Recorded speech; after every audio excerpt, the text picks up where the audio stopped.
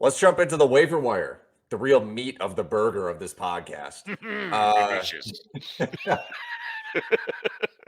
So next week, the Kings are the only team with 2 games. Everybody else has 3 or 4, and it's about an even split. So no major advantages this week or anything like that. I'm going to jump things off right away with one of our sleepers who is only exactly 50% rostered in Yahoo. At least he was last night. 9% ESPN. Santi Aldama.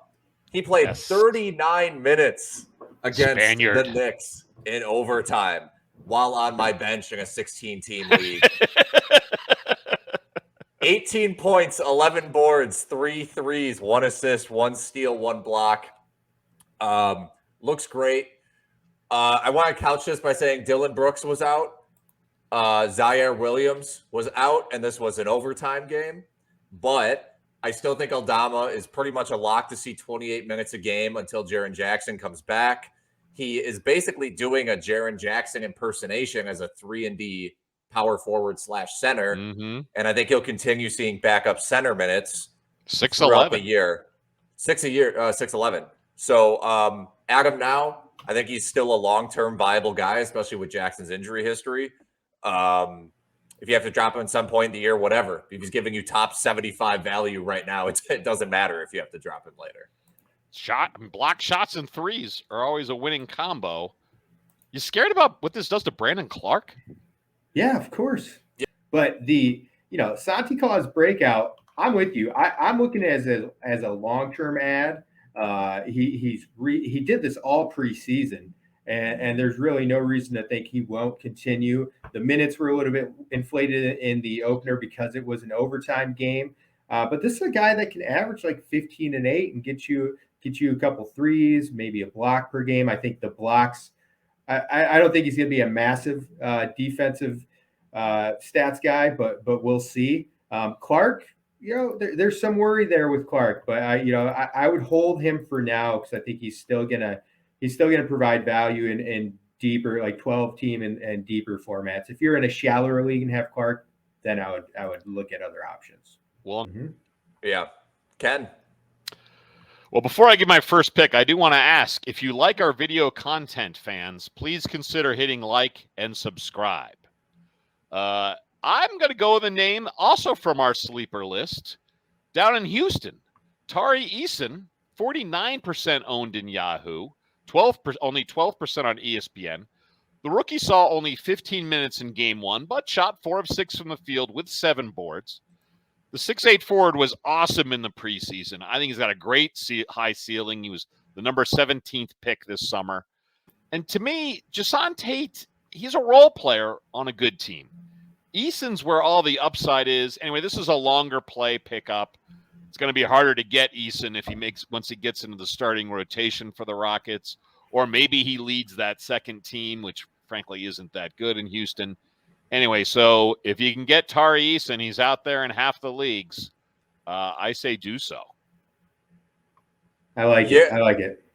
Yeah, I'm interested to see how the minutes shape up once Jason Tate is back because he was hurt.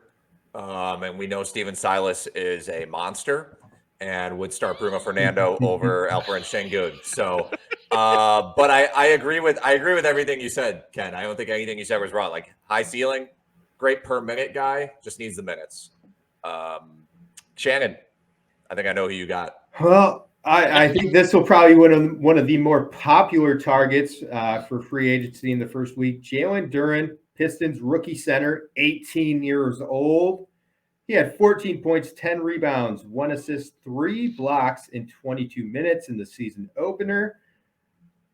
I love Duren. I think he's going to have value in 12-team leagues. The blocks, if anyone who did drafts this season, especially late, that blocks were hard to come by, especially after guys like Gobert, Turner, all the big monster block guys were off the board. It's tough to find blocks, and Duren's a guy who will get you that category. My concern with Duren, long-term concern, is what happens once Bagley returns to the rotation. Nerlens Noel was available in an emergency situation in the home opener. Does Nerlens eventually, once he's kind of in in playing shape? Does he find a way into the rotation? I think right now Duren's going to be locked into that backup center position, probably see about 18 to 22 minutes per game. I'm adding him now with hopes that role sustains once Bagley returns. But, there's enough rebound and block upside here. Really, the one worry is free throw percentage. So if you're in a rotisserie league and you can't take on another bad free throw shooter, then Duren might be a pass for you, because he was 0 for 4 from the line in the season opener, and he was only at 63% in college. Alex, take us to your long shot of the week, and a reminder for new fans. We always start with available in 50% of leagues. That's who we just went through. And now we're going to the long shot of the week, who are rostered in only 25% or fewer teams. Yeah, so this is a pretty deep cut for people in 16 to, I don't even know, more teamers. Nick Richards, backup center for the Charlotte Hornets, went off for 19 and 10 in the opener with 8 offensive rebounds. Interestingly, his minutes were exactly paralleled with Dennis Smith Jr.'s, and they both played 21 minutes and were plus 28 in that win over the Spurs. They got to move on from Plumlee. Plumlee is not very good. He does not fit the rebuilding timeline of this team, which is now only rebuilding because of Miles Bridges not being around. Richards was also good in the preseason. He averaged basically 7 and 6 with a block in 16 minutes. And they're going to have to play PJ Washington a decent amount at power forward because of this Miles Bridges situation. Again, this is very much a deep league ad, but could end up being a little bit of a hold. I was very surprised to see Richards get so many more minutes over Mark Williams, the rookie. Yeah, that was shocking to me too. That was a trend we saw in the preseason as well. I Richards is a short-term ad. I don't think long-term, I still like Williams too. It might not be until the second half of the season or even after the All-Star break for the last third or quarter of the season. But I do expect Williams to eventually work his way into the rotation. Ken, who's your long shot? We're going to travel to Utah, another lineup that should be in flux all season long, but they got a big W in game 1. And we're going to go with their rookie center, Walker Kessler, the 7'1" center, who's rostered in 30% of Yahoo leagues, but only 7% of ESPN. The rookie's battling 31-year-old Kelly Olynyk. Olynyk is certainly not in the Jazz's rebuilding timeline, while Kessler is.